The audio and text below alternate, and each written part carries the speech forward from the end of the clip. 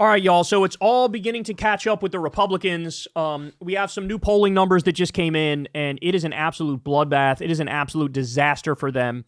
They're falling apart, and the reason they're falling apart is that Trump's economy is hitting a wall, and cracks in the foundation are beginning to show. Unemployment's going up, prices going up. We also see shrinkflation at the same time. We see manufacturing jobs going away.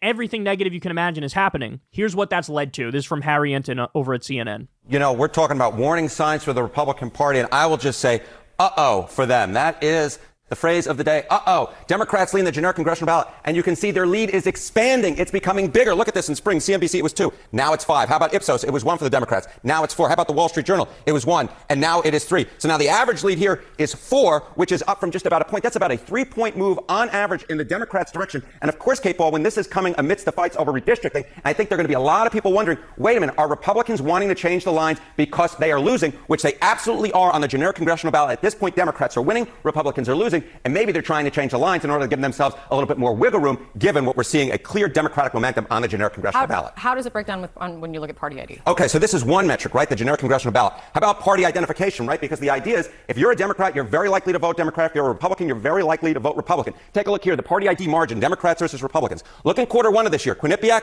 Republicans had a lead of a point. Gallup, it was tight. Look at where we are now in the latest measures. Again, Democratic momentum. This is a 5-point move to the Democrats, according to Quinnipiac. Now they're up by 4 on party ID. How about Gallup? What we see is Democrats ahead by 3 points. So again, what you're seeing is clear movement towards the Democratic Party on a very key metric, because if you're identifying as Democratic, you're far more likely to vote for the Democrat. If you're identifying as Republican, you're far more likely to vote Republican. And I will note, Kate, that this is a change from last year, especially among Gallup, when Republicans held a rare lead going into the 2024 election, and then, of course, foreshadowed Donald Trump winning, foreshadowed Republicans taking the House, taking the Senate, and now, of course, Democrats are ahead here. This is a big uh-oh for Republicans as we are at the midpoint of 2025. But you see some signs as well, even beyond polling that you've been looking at, you think could indicate. Yeah, okay, so this is the polling, right? You're looking at party ID, you're looking at the generic congressional ballot. How about the special elections? Look at this. In the median 2025 special election so far, Democrats in these different districts, get this, they're doing about 13 points better, the median Democrat, than Kamala Harris did in those same districts last year. That is a huge, huge movement. And last year what we saw was, in fact, when you compare the 2024 special election results back to the Joe Biden baseline of 2020, Republicans were actually doing better than they did in 2020 in those. So again, this is clear movement towards the Democrats, and we're seeing it on 3 different metrics, 2 polling and 1 in actual election results. So is it going to matter? That's my question is this going to matter? Because I don't know. I mean, we're looking in real time right now at the attempt to gerrymander away all the seats that the Democrats can pick up. That's what Texas is doing, and California's trying to fight back. New York's trying to fight back. But the Democrats are behind the 8 ball on that because they have laws about independent redistricting efforts in a lot of the blue states. And so first the Democrats would have to repeal those laws and then try to counter the gerrymandering by doing gerrymandering of their own. So because the Democrats care about fair play, they actually sort of fuck themselves a little bit when it comes to the midterms.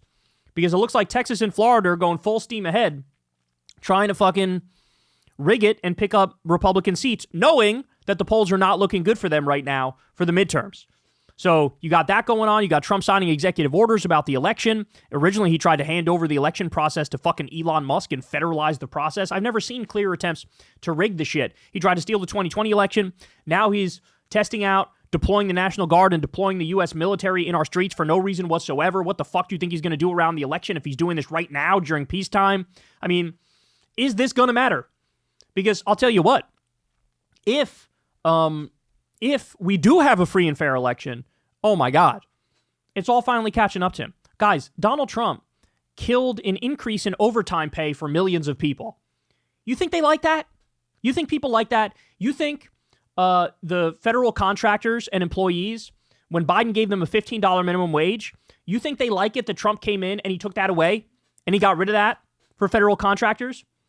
Do you think it helps Trump that he opposes the PRO Act and opposes minimum wage increases? That he destroyed the NLRB with his anti-union thug picks?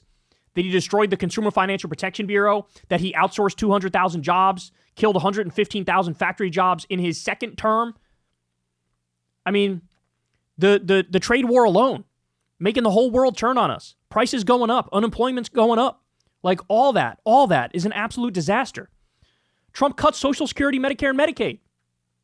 I mean, this is what we're talking about with the big bullshit bill. 2.3 million people lost health care in Trump's first term because of his policies. So is this shit actually going to finally fucking catch up to him?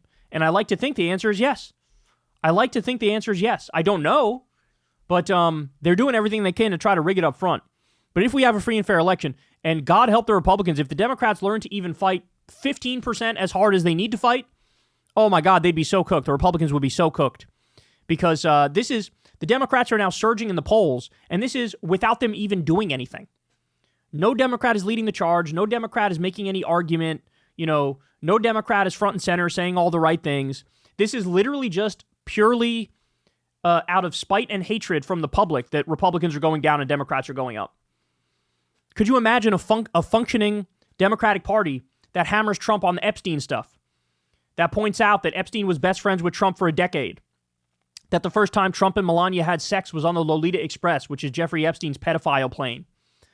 Could you imagine a Democratic Party that points out that Epstein knew the inner workings of Trump's first White House, his first term?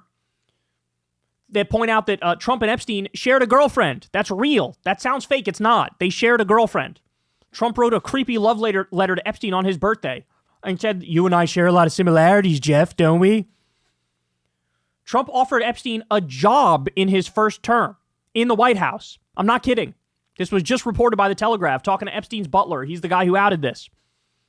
Epstein learned human trafficking from Trump's teenage modeling agency. If you had a Democratic Party that could focus on these things, fight on these things, while also fighting on Trump's warmongering with Iran and Yemen and Somalia, and fight him on his concentration camps and alligator Auschwitz and his fucking horrible economic policies, which are leading to unemployment going up and prices going up at the same time. Stagflation. If you had a Democratic Party that could also fight, we'd be looking at prime FDR-like numbers for the Democrats, not only in the midterms, but in the 2028 election. That's what we would be looking at, for sure.